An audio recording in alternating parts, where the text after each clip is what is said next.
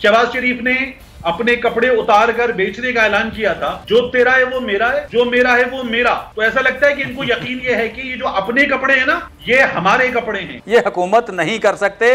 ये पहला बिल आने दें जरा बिजली का, पहला बिल आने दें गैस का जरा, और अगला रेट बढ़ने दें इसका। देखें आज लोग भूखे मर रहे हैं। सब्सक्राइब करें और बेल दबाएं ताकि कोई खबर रह न जाए।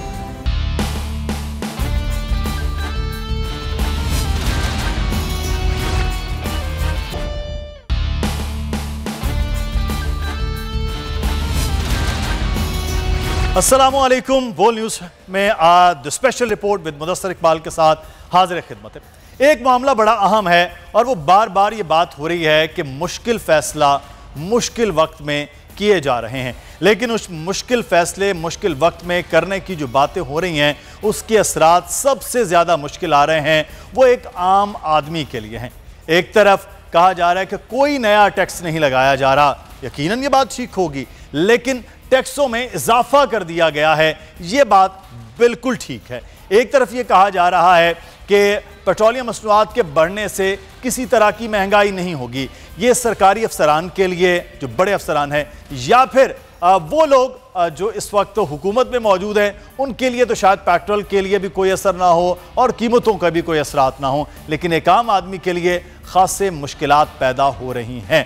आज हम इस सूरत हाल पर बात करेंगे। हमारे साथ इस वक्त मौजूद हैं सीनियर सहाफ़ी और तजज़ियाकार तारिक मतीन साहब, और जमशेद इकबाल चीमा साहब ने भी हमें ज्वाइन किया है। उनसे भी इस सूरत हाल के हवाले से हम बात करेंगे। सबसे पहले तारिक मतीन साहब, आपसे आगाज़ कर लेते हैं।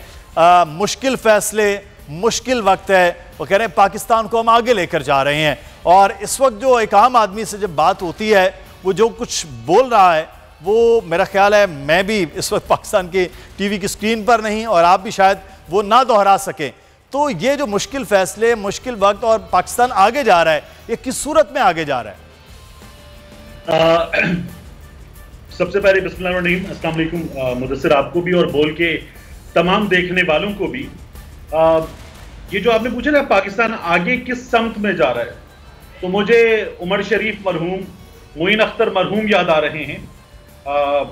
ये बिल्कुल वैसे ही आगे जा रहा है जैसे कराची की बस में या कहीं भी बस में कंडक्टर कहते ना आगे बढ़ो, निकलो यहां से, आगे बढ़ो। किसी मांगने वाले को कहा जाता है आगे बढ़ो, चलो जाओ यहां से। तो ये हम उसी तरह से आगे बढ़ रहे हैं। अच्छा, ये अगर इसे आगे बढ़ना कहते हैं तो ये कैसा आगे बढ़ना है? आगे बढ़ना होता है सबका आगे बढ़ना। आगे बढ़ना होता है एक आम आदमी का भला, उसकी बेहतरी।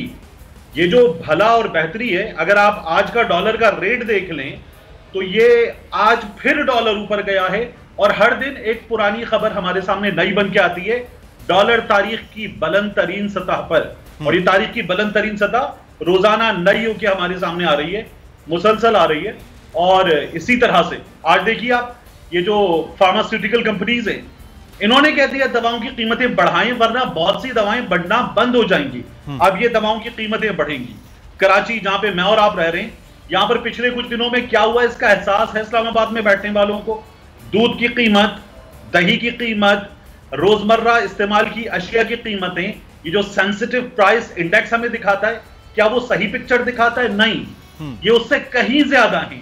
ये एक्चुअल पिक्चर पेंट नहीं हो रही है इस्लामाबाद में बैठे हुए तबका अशराफिया के लिए, जो हमें आगे बताते 40 रुपए किलो आटा मिल रहा है। मैंने आज यहीं नॉर्थ फैजलाबाद में यूटिलिटी स्टोर में मालूम किया, और वहां 40 रुपए किलो आटा दस्तयाब नहीं है। मैंने खैबर पख्तूनख्वा में फोन करके यूटिलिटी स्टोर में मालूम किया, वहां 40 रुपए किलो आटा दस्तयाब नहीं है। हमारे सामने आगे बैठ जाते वो गुजरा जिनमें से एक बोल रहा होता है, बाकी अपने मोबाइल फोन पे लगे हुए होते हैं, और फिर वो कहते हैं 40 रुपए किलो आटा शहबाज शरीफ दे रहा है। शहबाज शरीफ ने अपने कपड़े उतार कर बेचने का ऐलान किया था। वो एक बड़ा मशहूर इंडियन सॉन्ग है, जो तेरा है वो मेरा है, जो मेरा है वो मेरा। तो ऐसा लगता है कि इनको यकीन ये है कि ये जो अपने कपड़े हैं ना, ये हमारे कपड़े हैं। ये जो मेरी शर्ट पे लिखा हो ना, ऑल और नथिंग, तो इन लोगों ने फैसला कर लिया है ऑल, लीव नथिंग, ये लेकर चले जाएंगे सब। ये हाल इनका है।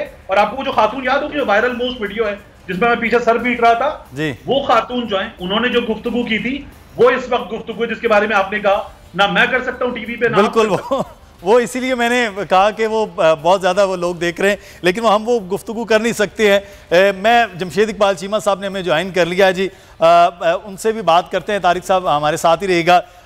चीमा साहब, इस वक्त जो है वो एक बड़ा अहम मामला है, और वो है कि मुश्किल वक्त, मुश्किल फैसले और मुश्किल घड़ी, और इसमें आप जिस हालत में छोड़ कर गए थे इस मुल्क को, वो कह रहे हैं कि उसमें इससे ज़्यादा बेहतर बजट नहीं हो सकता। जो बजट आया है वो कम से कम आवाम के लिए वो बेहतर चीज़ है। चीमा साहब देखिए, इसमें बजट तो पता लगेगा जो जो लोग भुगतेंगे इसको, क्योंकि इसमें फिगर्स बहुत सारी गलत हैं। बजट मीनिंगलेस है कि उसमें बहुत सारी फिगर्स गलत हैं। पता नहीं चल रहा कि वो करना क्या चाहते हैं। कमेंट्री अगर देखें तो कमेंट्री का सारा जोर जो है कि पीटीआई ने गलत क्या क्या किया है, और कितनी कितनी नालायक थी पीटीआई और वगैरह वगैरह, और ये कितनी मुश्किल से संभाल रहे हैं, सारा कमेंट्री पे जोर है। सो फिगर जो हैं वो तो अगर जिस तरह आपने पढ़ा है कि $7 अरब की मतलब जो पेमेंट है वो भी अगर उसमें नोट नहीं है, तो वो basically right now budget Punjab का हो या बजट मरकज़ का हो, ये मीनिंगलेस है। जब सामने आएगा पता लगेगा।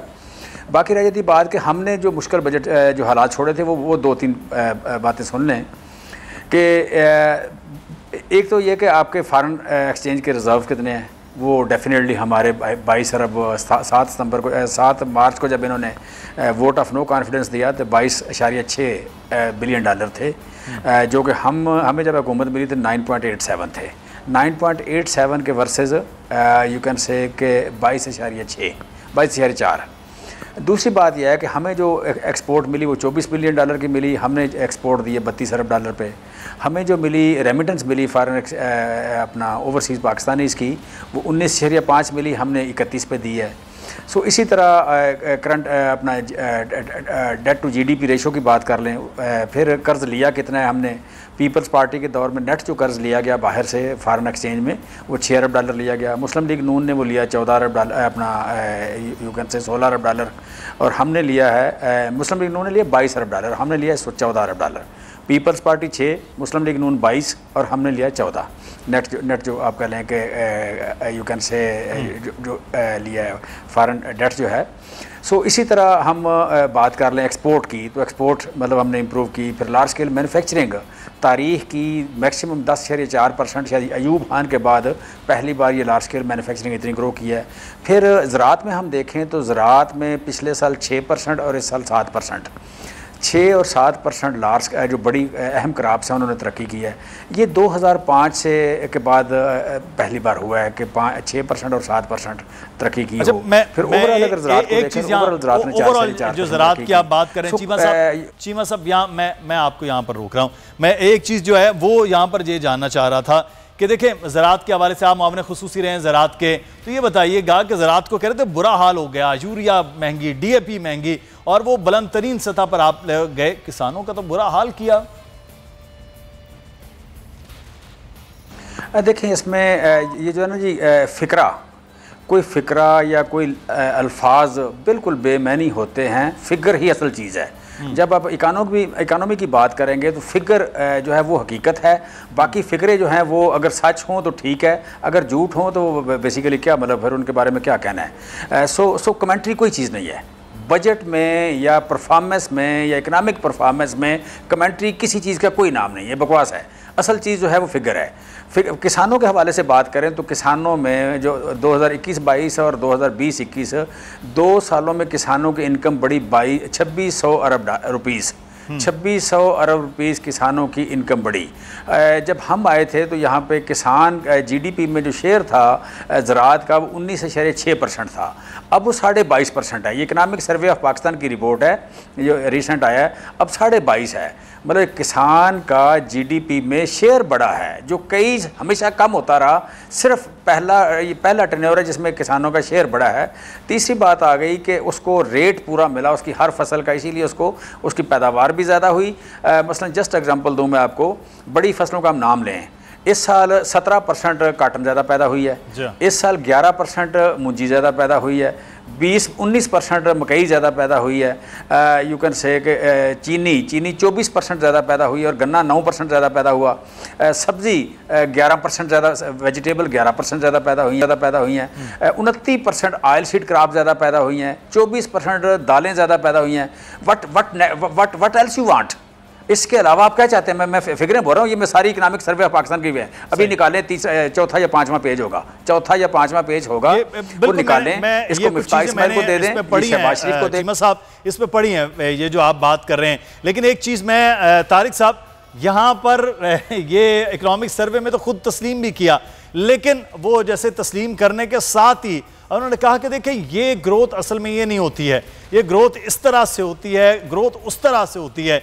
तो सारी इकोनॉमिक सर्वे खुद तस्लीम भी करने के बाद सारी चीज़ें भी ये थीं, मुल्क एक समत में भी था, 1.5 साल बाकी भी रह गया था, फिर ये अचानक आके गवर्नमेंट को ये नहीं पता था कि अगर उनके लिए माइंस हैं वो आए क्यों हैं जो इस वक्त गवर्नमेंट है, और अगर वो ये समझ रहे हैं कि ये सारी चीज़ें भी ठीक हैं तो फिर उनसे ये ठीक चल क्यों नहीं पा रहे? अगेन मैं दोबारा आपको बिल्कुल कॉमन मैन की जबान बोलते हुए, और मैं चीमा साहब से भी दरखास्त करूंगा कि जो आम आदमी ने इसके मसाइल पर तवज्जो दे, जो नंबर है, इतने नंबर इसके चीनी के, क्रॉप के, फलाने के, चावल के, इनको छोड़ें। देखिए ये इलेक्शन के धांधले की तैयारी, इसका भी कुछ सद्देबाब करें, सीधी एक आम आदमी की जबान में बात करनी चाहिए। दूसरा, इनसे हो क्यों नहीं रहा, चल क्यों नहीं रहा?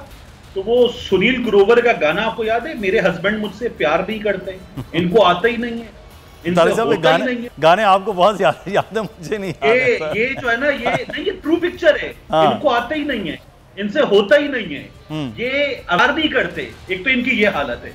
दूसरा, क्या किया अब तक जो दौरे हैं, उन दौरों को देखिए आप, तो पहला दौरा था सऊदी अरब का, उम्रे पे गए थे, उसमें मेरे और आपके लिए क्या था, वहां से यूएई गए थे, वो उसी दौरे का एक एक्सटेंशन थी उसकी। ये यूके गए थे, कहते हैं जी पीटीआई कल्ट है, यहां से काबीना पूरी उठ के लंदन में एक आदमी के पास चली गई है और उस मफरूर से कह रही है कि यहां से बैठ के बताओ हुकूमत कैसे चलाए, और कल्ट पीटीआई है। बिल्कुल इसी तरह से ग्रोथ पीटीआई की नहीं है, जिस तरह से कल्ट पीटीआई है ना, ये लोग बैठ गए, यहां से पूरी काबीना वहां चली गई, 2 रोजा दौरे पे गई, फिर 2 रोज और मजीद रुक गई, क्योंकि यहां पर वजीर आजम की पेशी थी, एफआईए की स्पेशल अदालत में वजीर आजम की पेशी थी, जिनकी अब परमानेंट बेल हो चुकी है। तो ये इनकी तरजीहात हैं। तरजीहात होती ना अवाम का दुख, तो ये अवाम के दुख के लिए कुछ करते। तरजीहात अवाम का दुख है नहीं, इसलिए कुछ कर नहीं रहे हैं, और ये कीमतें अभी इसी तरह से और बढ़ेंगी, ये दुख और बढ़ेगा। रूस कह रहा है आपसे ले लीजिए पेट्रोल, क्यों नहीं ले रहे? क्योंकि तरजीह अवाम का दुख नहीं है, तरजीह है मकसूद चपड़ासी। अब वो रस्ते में नहीं है, उसको मैनेज किया था, अब मजीद वो मैनेज हो गया है। तरजीह है ये जो केसेस है, ये तमाम चीजें। तरजीह है रिटायर्ड फौजियों पर तनकीद करना और उनको रोकना कि वो आवाज ना उठाएं। रोक कौन रहा है? अदालत में जाली डॉक्यूमेंट्स देने वाला। रोक कौन रहा है? पत्री खत देने वाला। रोक कौन रहा है? झूठ बोलने वाला। रोक कौन रहा है? एफआईए की तफ्तीशी टीम तब्दील करने वाला। वो फौजियों को रोक रहा है, उन फौजियों को जिन्होंने गोली खाकर, खून पसीना बहाकर, रेगिस्तानों में खाक फांक कर अपने सीनों पर तमगे सजाए हैं, उनको वो रोक रहा है। जिसने मुस्तनद 2 नंबरियां की हैं अदालतों में, वो रोकेगा। ये है तरजीह इस वक्त, और ये तरजीह आपको नजर आ रही है। चीमा साहब से पूछे ना। लेकिन तारिक साहब एक चीज देखिए, चीमा साहब से पूछेगा, आज बजट तकरीर, उस बजट तकरीर के लिए मैनेजमेंट हो रही है, खबरें आ रही हैं कि उस बजट तकरीर में ज्यादा रोड़े नहीं अटकाए जाएंगे। बिल्कुल ऐसे चलती है जमहूरियत। अच्छा, लेकिन मैं तारिक साहब एक चीज़ मैं आपसे यहाँ पर ये जानना चाहूँगा। देखें, अब वो रिलीफ की भी बात करें, सस्ता आटा वो कह रहे हैं यूटिलिटी स्टोर पे हम फराम करेंगे, जो आप कह रहे हैं नहीं मिल रहा। उन्होंने अब तो आज घी का भी ऐलान कर दिया कि घी भी सस्ता मिलेगा, जो सबसे महंगा हो रहा है 250 रुपये की सर कीमतें। वो कह रहे हैं ना, हम कम तो कर रहे हैं, हम कोशिश तो कर रहे हैं। जिसमें IMF के साथ जो गलत बयानियाँ की हैं इमरान खान साहब ने, जो धोखे दिए हैं, कहते हैं उनका खमियाजा है। आपने वो देखा था, मिफ्ता इस्माइल साहब से सवाल हुआ जी कि मिफ्ता साहब $7 अरब, ये 7 रुपए नहीं थे, ये 7,000 रुपए नहीं थे, $7 अरब। कहने के हाँ मैं भूल गया, ये थी बजट तकरीर में इन लोगों की तैयारी, ये झूठ था।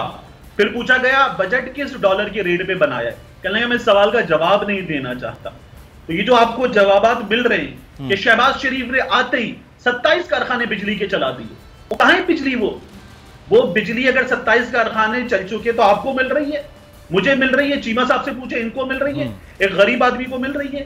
फैक्ट्रियों में ओवर था काम, नए यूनिट लग रहे थे, अब वो फैक्ट्रियां बंद हो रही हैं।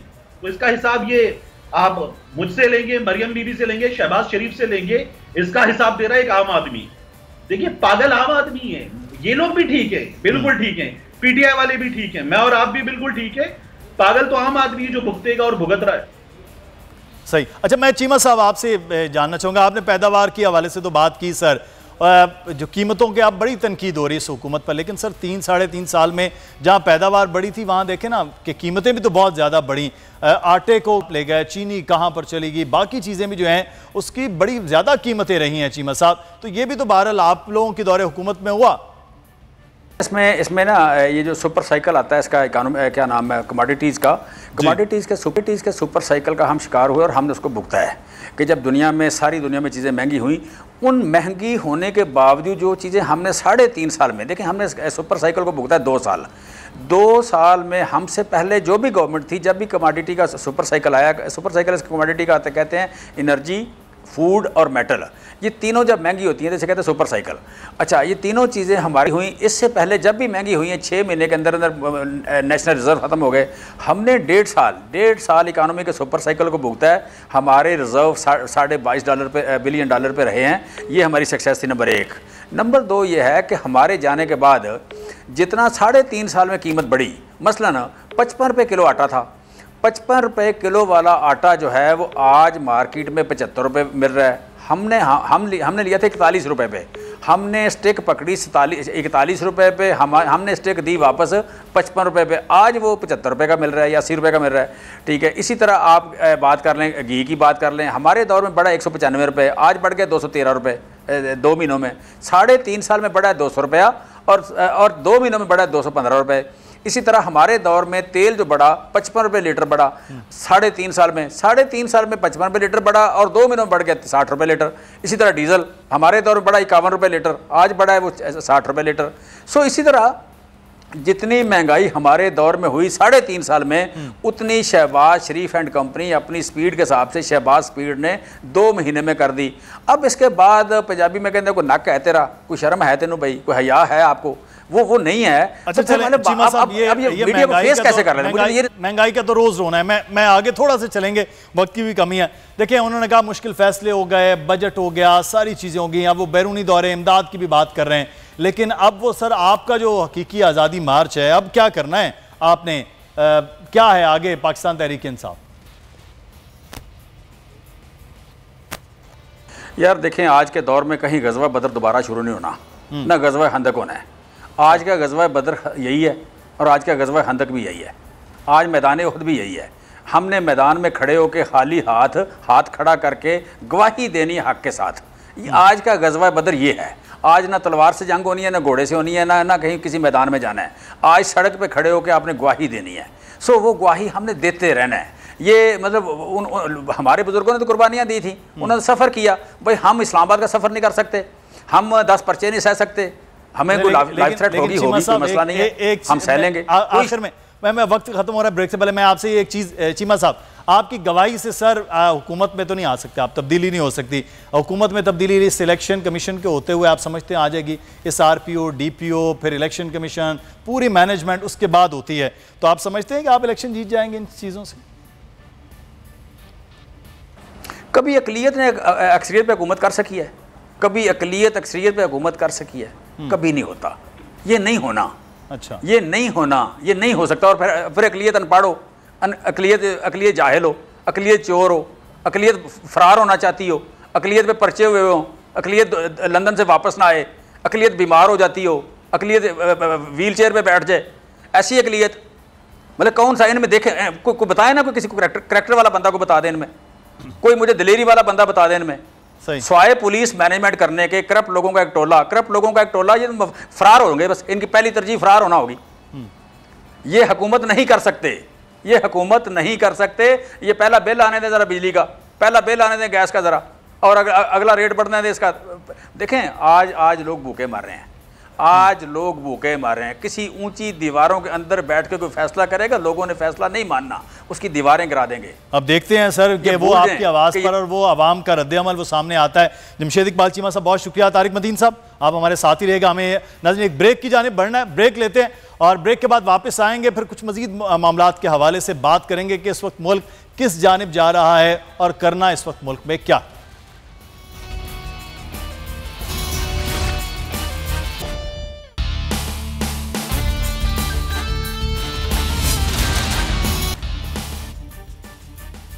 ब्रेक के बाद आपको खुश आमदीद कहते हैं special report with Mudassar Iqbal में। और अब हम कुछ बात करेंगे कि इस वक्त क्या इमरान खान साहब वाकई इस पोजीशन में हैं कि वो बाहर निकलें या उनको निकलने की ज़रूरत ही नहीं, क्योंकि वो कहते हैं कि इस हुकूमत का इलेक्शन लड़ना और इलेक्शन जीतना वो इतना आसान नहीं है। लेकिन अगले आने वाले दिनों में जो ज़िमनी इंतखाबात आ रहे हैं और उसके बाद ज़िमनी इंतखाबात ही एक सूरत बनेगी आम इंतखाबात की जानिब जाने की। तारिक मदीन साहब से तज्जिया लेते हैं। तारिक साहब, एक बड़ा अहम मामला है कि इमरान खान साहब पहले निकले, फिर उनको रोक दिया गया और उसके बाद वो उसकी जानिब देखा जा रहा है कि अदालत में क्या। अब आप समझते हैं कि वो वाकई वो इलेक्शन के लिए बाहर निकलेंगे, ये दोबारा मार्च के लिए बाहर निकलेंगे या ज़िमनी इंतखाबात की मुहिम होगी?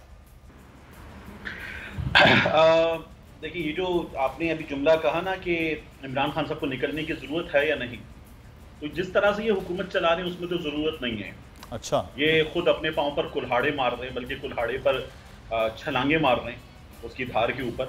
तो ये अपनी तबाही तो कर रहे हैं, लोगों में नफरत तो बढ़ रही है, गम गुस्सा बढ़ रहा है, लावा पक रहा है और वो फटेगा आतिश फिशां। लेकिन इमरान खान साहब ने खुद बार बार क्या कहा था कि ये इसी तरह से हुकूमत चलाते रहे, हमारा फ़ायदा है। मगर ऐसे ही हुकूमत चलती रहेगी तो एक आम आदमी की मुश्किलात कितनी बढ़ रही हैं, हमें इसका एहसास है। तो इसके लिए निकलना पड़ेगा। अब ये जो एक ज्यादती जो है वो उस कबीले ने की जिससे आपका और मेरा ताल्लुक है, और वो ज्यादती जानते बूझते की गई, बल्कि फायदा था इसलिए की गई। हुआ क्या, मैं और आप काम करते हैं, हम लोगों ने न्यूज रूम्स में ही अपनी जिंदगियों का एक बड़ा हिस्सा भी गुजार लिया ना पिछले कुछ अरसे में। तो हुआ क्या है कि जिस रोज 25 मई के लॉन्ग मार्च से पहले कोई 23 की रात को ये काम शुरू हुआ कि पुलिस ने सीढ़ियां लगाई, घरों में कूदी और उसके बाद दरवाजे तोड़े, घरों में कूदी, खवातीन को गालियां दी और पुलिस रात के अंधेरे में ये सब कुछ कर रही थी। मैंने कुछ दोस्तों को जो न्यूज चैनल्स में कंट्रोलर न्यूज की पोजीशन पर हैं, डायरेक्टर न्यूज की पोजीशन पर हैं, शिफ्ट इंचार्जेस की पोजीशन पर हैं, मैंने उनसे पूछा, मैंने कहा यार ये क्या किया है आप लोगों ने? हम तो देखते हैं गांव में एक वडेरा किसी बच्ची को उठा लेता है, किसी शख्स के बाल मूंढता है, उसको मारता है, पीटता है, तो हम कहते हैं जुल्म की इंतहा कर दी। हम कहते हैं पुलिस असर और रसूख वाले मुल्जिमान का साथ दे रही है, पुलिस गैर आईनी काम कर रही है। आप लोगों ने ये अब क्यों नहीं किया कि जो पुलिस कर रही है गैर आईनी है, पुलिस के पास वारंट भी नहीं है, इसका इख्तियार भी नहीं है, पुलिस ये सब कुछ कैसे कर रही है, आप लोगों ने रोका क्यों नहीं? उन्होंने कहा अहकामात थे कि कवरेज करनी है, ये बताना है कि पुलिस कूदी, ये बताना है कि पुलिस ने मारा, पुलिस ने औरतों को गालियां दी, बच्चों के मुंह पे थप्पड़ मारे, बच्चों को, भाइयों को, दीगर मर्दों को उठा के ले गई अगर मतलूब नहीं मिला। लेकिन ये अल्फाज कि पुलिस जुल्म कर रही है हटा देना है, ये अल्फाज कि पुलिस गैर आईनी कर रही है नहीं डालना, ये अल्फाज कि पुलिस के पास वारंट नहीं थे नहीं डालना। तो मीडिया ने साथ दिया पूरा उन इश्तिहारात के बदले कि जो इनको मिले थे, और उन इश्तिहारात के बदले साथ देकर खौफ और हिरास फैलाया। उसके नतीजे में नहीं निकले लोग। मुझे और आपको पता चले कि मेरी गाड़ी तोड़ दी जाएगी, यास्मीन राशिद जैसी ताकतवर शख्सियत की गाड़ी पुलिस भी तोड़ रही है, और पुलिस के साथ मिलके आपने देखा वो जो मुंह पे ढाटे बांधे हुए आम लिबास में लोग थे वो भी तोड़ रहे हैं। एक ताकतवर खातून की गाड़ी, हम्माद अजहर के यहाँ शेल लग रहा है, उमर अयूब की पीठ आपने देखी, निशानात क्या थे। जब इन लोगों के साथ ये सब कुछ होगा तो आप हिम्मत करेंगे? आपकी वालदा, आपकी बिल्कुल नहीं अहलिया आपको निकलने देंगी? आपका खानदान आपको निकलने देगा? नहीं निकलने देगा। मेरे घर वाले मुझे निकलने देंगे? हम में हिम्मत होगी कि हम अपनी गाड़ी निकालें? हम ये काम नहीं करेंगे। यही सब कुछ हुआ है और यही सब कुछ इन्होंने किया और मीडिया ने इनका साथ दिया था। समी इब्राहिम साहब ने जो प्रोग्राम किया था, इमरान खान साहब का इंटरव्यू हुआ, इमरान खान साहब का इंटरव्यू 8 बजे नशर हो गया, 9 बजे खबर चली थी, पूरा घंटा था, नहीं चली। 10 बजे चली थी, नहीं चली। 11 बजे नहीं चली। 12 बजे क्यों हुआ ये 2 घंटे के लिए सब कुछ? इसलिए कि अहकामात आए थे, इस इंपोर्टेड हुकूमत के दोस्तों के अहकामात आए थे कि अब चलाना है।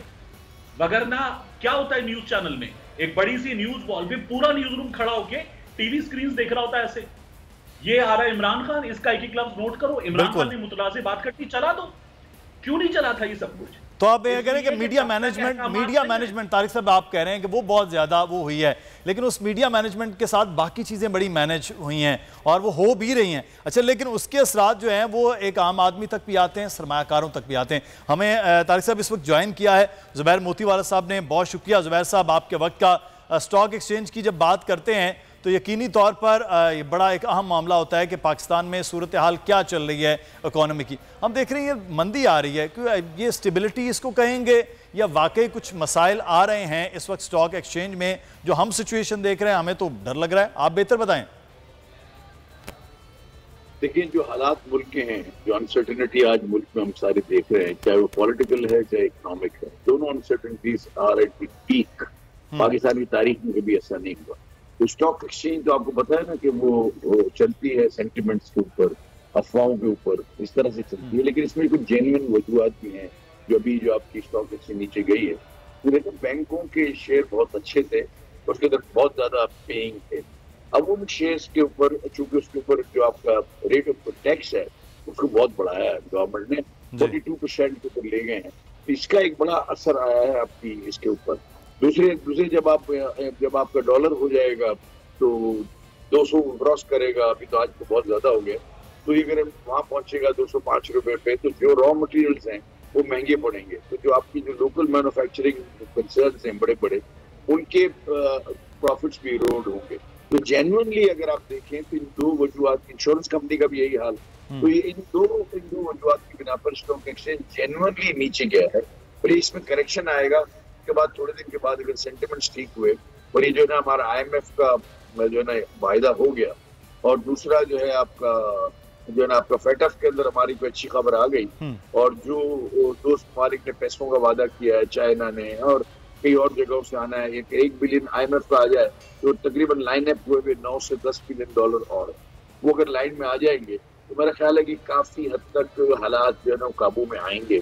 जब तक IMF से साइन नहीं होती, मुझे कोई अच्छी उम्मीद नहीं है। सही। और IMF के साइन कह रहे हैं कि हो गई है और हो जाएगी, तो अल्लाह करे कि ये हो जाए, क्योंकि इसके बगैर हमारा जो है ना, हमारी पोजीशन, हमारी इकोनॉमी, हमारी सस्टेनेबिलिटी बड़ी डाउट में। सही। तो ज़ुबैर साहब, ये सवाल एक सियासी तनाजुर में नहीं है, खालिस्तान स्टॉक एक्सचेंज से रिलेटेड, पाकिस्तान के बिजनेस से रिलेटेड है। ये है कि पिछली हुकूमत जो PTI की थी, 2021 में उन्होंने बजट पेश किया। बजट पेश करने के तकरीबन 6-8 माह उनकी हुकूमत जो बरकरार रही, उसके बाद फिर मामलात आगे चले गए। सर, उसमें क्या वो इतनी नाअहल और बुरी परफॉर्मेंस दे रही थी कि स्टॉक एक्सचेंज के लिए, पाकिस्तान के बिजनेस के लिए, डॉलर की कीमत के लिए चीज़ें खराबी की सूरत में थीं, या फिर ये कुछ और मामलात थे जो पॉलिटिकल जमातों की जानिब से या अपोजिशन की जानिब से जो एहतजाज चल रहे थे? हकीकत बिजनेस के हवालों से वो क्या थी? देखिए जी, तो आपका प्योरली पॉलिटिकल सवाल है, लेकिन मैं इसको कमेंट इसलिए करूंगा, मैं भी पाकिस्तानी हूँ और इन बातों का असर मुझे भी होता है और हमारी जो मार्केट्स हैं उस पर भी होता है। इसलिए मैं ये देखिए, हो ये रहा था कि जब आपकी तेल की प्राइसेस दुनिया में बढ़ी, हमने उसको पास ऑन नहीं किया, जिसकी वजह से आपका क्यूमुलेटिव जो आपका जो सर्कुलर डेट है वो बढ़ गया। तो तकरीबन कुछ 350 बिलियन रुपए बढ़ गया, जिसके हम मुतमिल नहीं हो सकते। और पहली मईशत जो है वो दबाव का शिकार थी।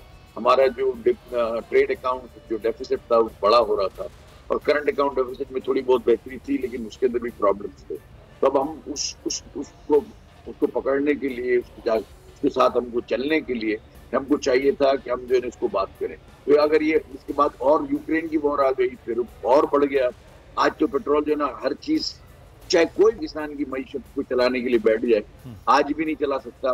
पहले भी वो चलने के काबिल नहीं थी, क्योंकि हमारी जो इकोनॉमी है वो ट्यून्ड अप है। हमारा जो इम्पोर्ट है वो $70 का जो ब्रेंट है, या $70 से $75 के दरमियान का जो ब्रेंट की जो प्राइस है, यानी जब खुद में वो क्रूड ऑयल कहते हैं, कि प्राइस जब तक है हम सस्टेनेबल है हमारी इकोनॉमी। जब ये 75 से आगे जाएगा हमारी मुश्किलात शुरू हो जाएगी। ये तो 75 से क्या है, तो $124 हो गया है। तो हम तो मतलब किसी तरह से भी इस रेट के मुतहम्मिल नहीं हो सकते, और ये भी नहीं हो सकता कि हम जो है इम्पोर्ट ना करें। इम्पोर्ट भी करना पड़ेगा, पैसे भी देने पड़ेंगे, कर्ज भी लेने पड़ेंगे। ज़ुबैर साहब, फिर इसका मतलब ये है, ज़ुबैर साहब, इसका मतलब ये है कि फिर जो एक उम्मीद ये हुकूमत बता रही है कि हम ये चीज़ें कर देंगे, तो इसका मतलब है आलमी मार्केट में तो वो नीचे नहीं जाएंगी चीज़ें, तो फिर तो महंगाई जो हो गई है वो बरकरार रहेंगी। वजह ये बता रहे हैं कि उन्होंने बड़े अनपॉपुलर डिसीजंस लिए हैं। अच्छा, उन्होंने 60 रुपए जो पेट्रोल के बढ़ाए हैं, तो जो दुनिया के रेट आज भी 9 रुपए पेट्रोल के अंदर उनको नुकसान हो रहा है, नेट नुकसान। अच्छा, और 54 रुपए को डीजल के नुकसान हो रहा है, जो आज जो रेट्स हैं उसके ऊपर। तो ये उन्होंने मित्ता साहब ने कह दिया कि इसको भी हम बदतरीन बढ़ाएंगे और इसको जो है ना वो जीरो लेवल के ऊपर ले आएंगे, और हमें जरूरत पड़ी तो हम उसके जनरल टैक्सेस भी जो है ना उसके ऊपर सर्कुलर डेट को जो पिछला जमा हुआ है उसको कलेक्ट करने के लिए करेंगे। तो ये उन्होंने जो है ना अपना लाया अमल बिल्कुल बजट के अंदर दे दिया है कि हम जो है इसको पास ऑन करेंगे पब्लिक के ऊपर।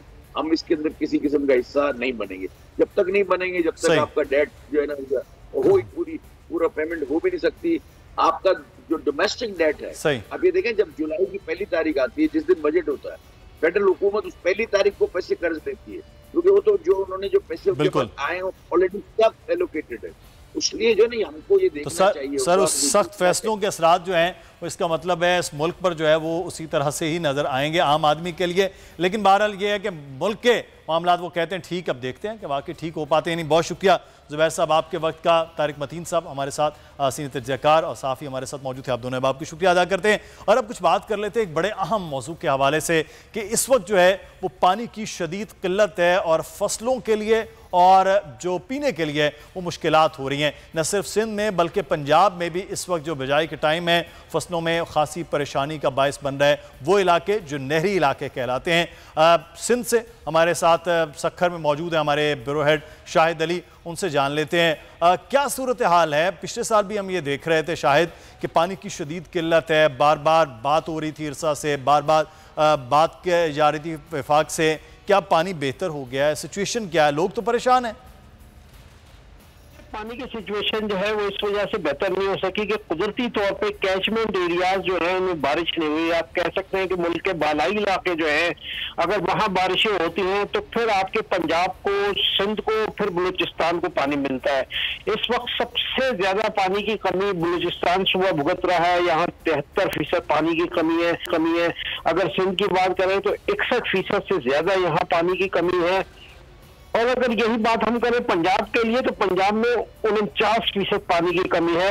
इस वक्त सिर्फ गुड्डू बैराज पर 80% सखर बैराज जो है वो 44% पर चला गया है और कोटी बैराज जो है। अच्छा, ये कमी जो है अगले आने वाले दिनों में कुछ हो सकती है मौसम के। अब्दुल अजीज सुमरो साहब हमारे साथ मौजूद हैं, इंचार्ज हैं सखर बैराज के।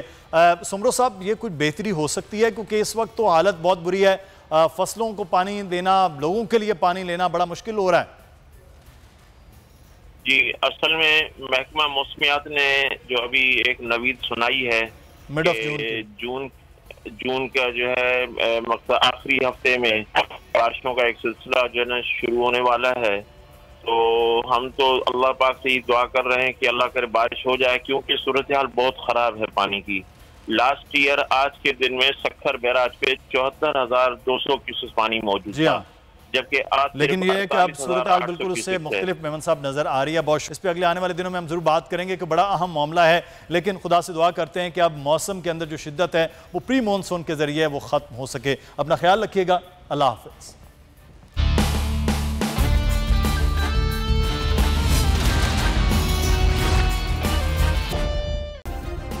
सब्सक्राइब करें और बेल दबाएं ताकि कोई खबर रह न जाए।